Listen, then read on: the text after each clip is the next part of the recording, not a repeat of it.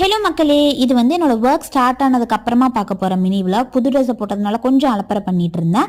So லைட்டாக ஒர்க்கை pass பண்ணிவிட்டு வாஷிங் மிஷினில் துணி மட்டும் போட்டேன். ஏன்னா இது ஒரு 2 நிமிஷம் ஆகும் அப்படிங்கிறதுனால.